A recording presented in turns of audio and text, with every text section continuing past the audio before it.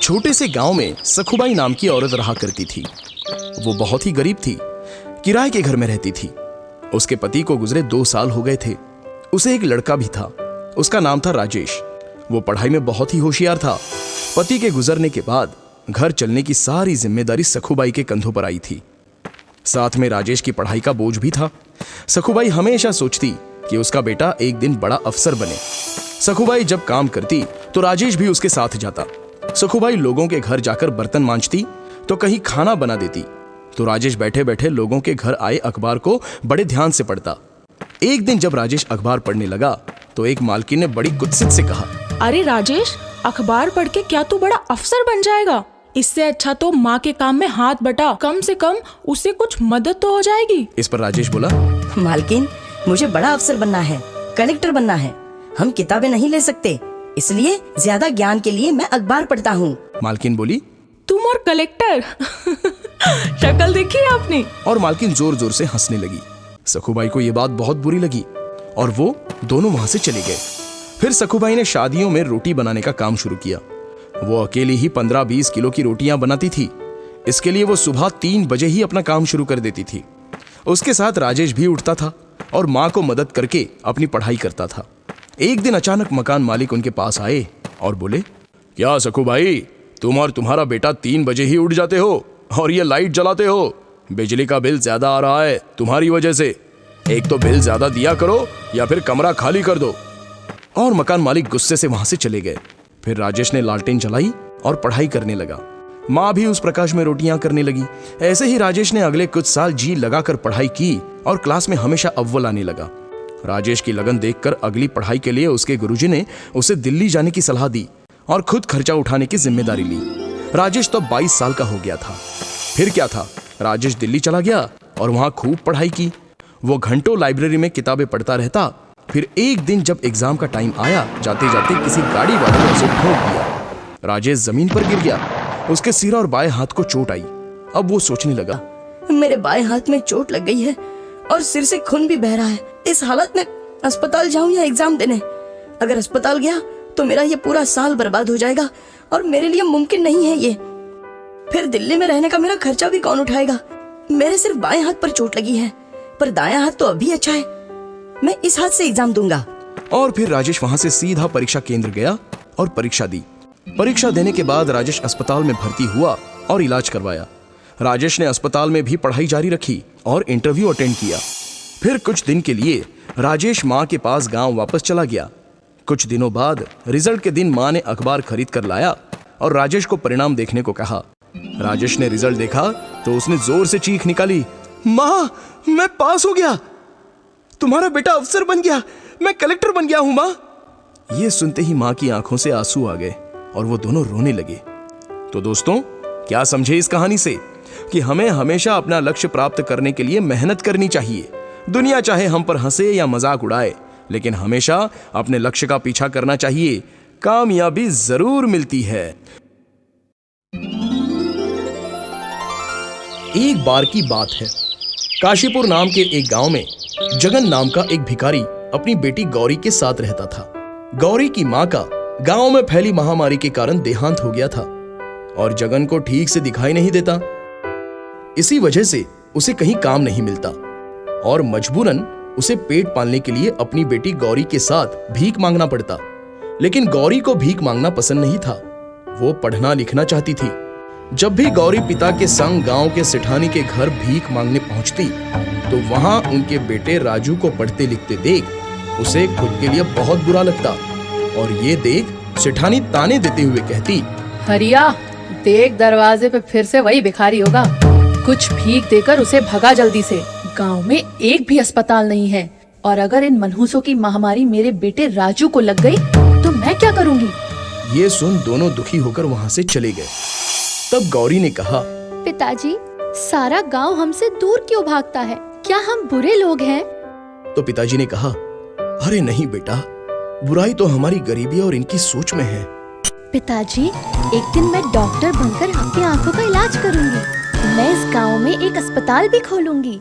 बेटी, हमारे लिए तो 2 वक्त की रोटी जुटाना ही बड़ा कठिन है। ये सब तो बड़े लोगों के सपने हैं। काश मैं तुम्हारे लिए कुछ कर पाता।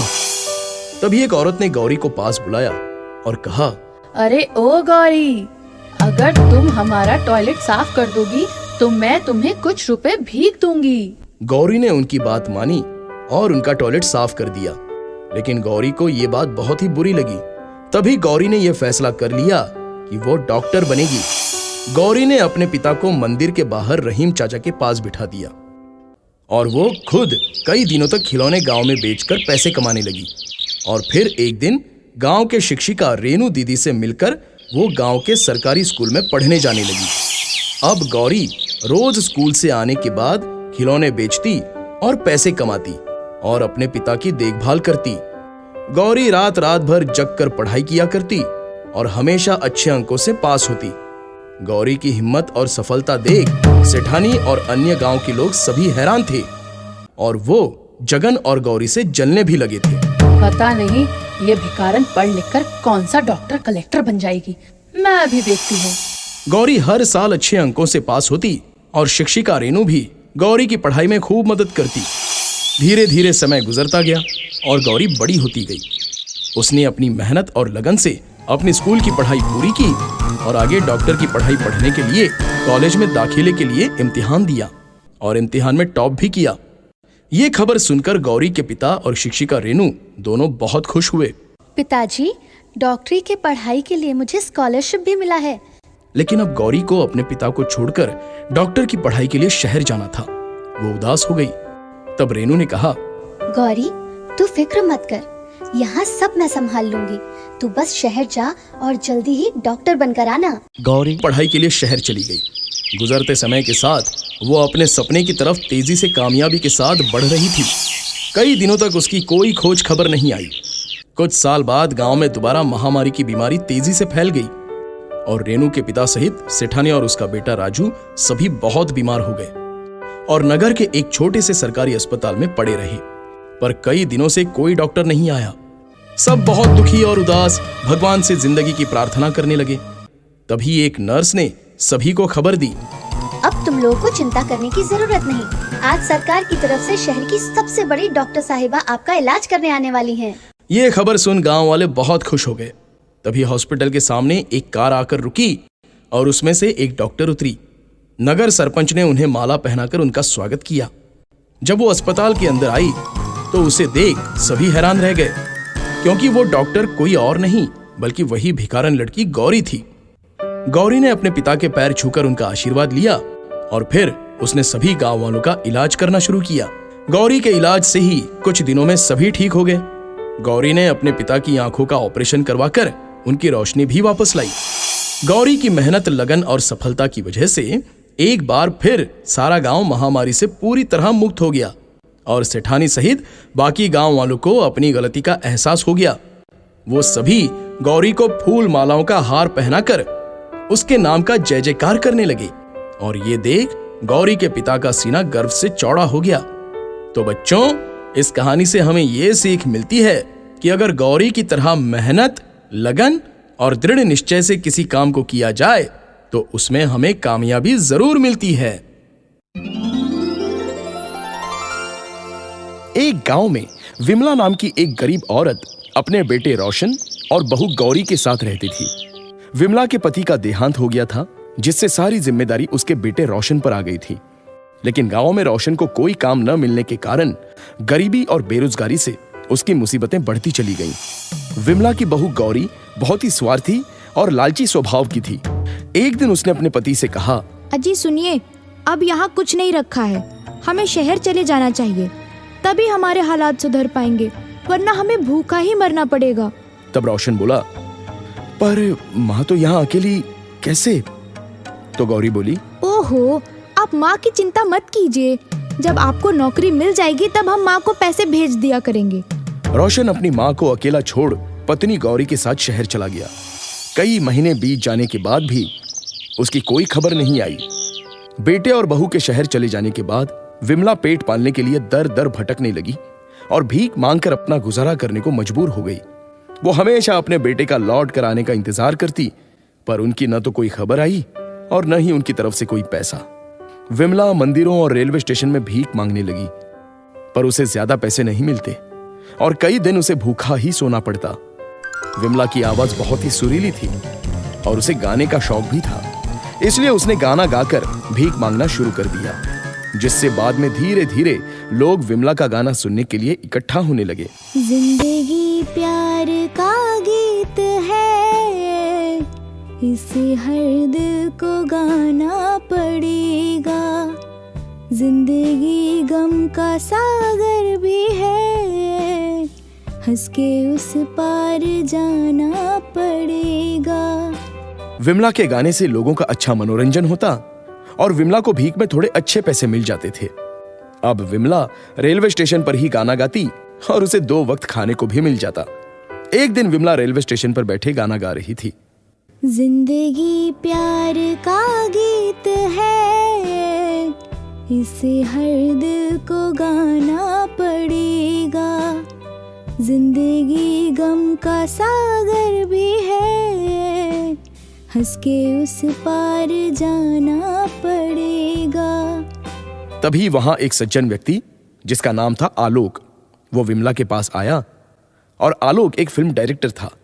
वो विमला को इतने सुरीली आवाज में गाते हुए सुनकर हैरान रह गया। वो विमला के पास आकर बोला, माँ जी, मैंने आपका गाना सुना है, आप बहुत ही सुरीली गाती हैं। मैं चाहता हूं कि आप मेरी नई फिल्म में गाना गाए। मुझे आपकी ही तरह एक नए आवाज की तलाश थी। यह सुनकर विमला की आंखों में आंसू आ गए। आलोक विमला को अपने साथ मुंबई शहर ले गया और विमला से अपने फिल्म में गाना भी गवाया और इसके बदले विमला को खूब सारे पैसे मिले। देखते ही देखते विमला का गाया हुआ गाना हर जगह खूब सुनने में आया और पसंद भी किया जाने लगा। वो हर जगह खूब मशहूर हो गई। अब विमला की जिंदगी पूरी तरह से बदल चुकी थी। वो एक भिखारन से मशहूर गायिका बन गई थी। उसे टीवी, न्यूज़पेपर में हर जगह दिखाया जाने लगा। एक दिन जब गौरी ने अपनी सास विमला को टीवी पर देखा तो उसकी आंखें फटी रह गई। उसके मन में पैसे का लालच जाग उठा। उसने तुरंत ही अपने पति रोशन को ये बात बताई और बोली, अजी, ये देखिए माँ जी टीवी पर। अब वो काफी मशहूर और अमीर बन चुकी हैं। कितने साल बीत गए, हम माँ जी से नहीं मिले। अब हमें उनके पास चलना चाहिए। आखिर हमारे सिवा उनका है ही कौन।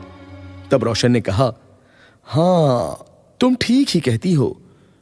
रोशन और गौरी दोनों विमला के पास पहुंचे, जहां वो एक बड़े बंगले में रहती थी। सिक्योरिटी गार्ड ने दोनों को अंदर जाने से रोका। तब विमला ने अपने बेटे की आवाज सुनी और वो फौरन बाहर आई और अपने बेटे को देख विमला की आंखों में आंसू छलक पड़े। उसने फौरन अपने बेटे को गले से लगा लिया और रोती हुई बोली, मेरा बेटा, आज याद आई तुझे अपनी माँ की। मैंने तुझे कितना तलाश किया। अपनी माँ की ऐसी ममता और प्रेम को देखकर रोशन और गौरी दोनों को अपनी गलती का पछतावा हुआ और दोनों ने माफी मांगी। और माँ के लिए अपने बच्चों की खुशी से बढ़कर और कुछ भी नहीं होता है। इसलिए विमला ने दोनों को माफ कर उन्हें गले से लगा लिया। तो बच्चों, माँ की खुशी से बढ़कर दुनिया में और कुछ भी नहीं। इसलिए हमें अपने स्वार्थ को त्याग कर अपने माँ बाप को कभी अकेला और बेसहारा नहीं छोड़ना चाहिए।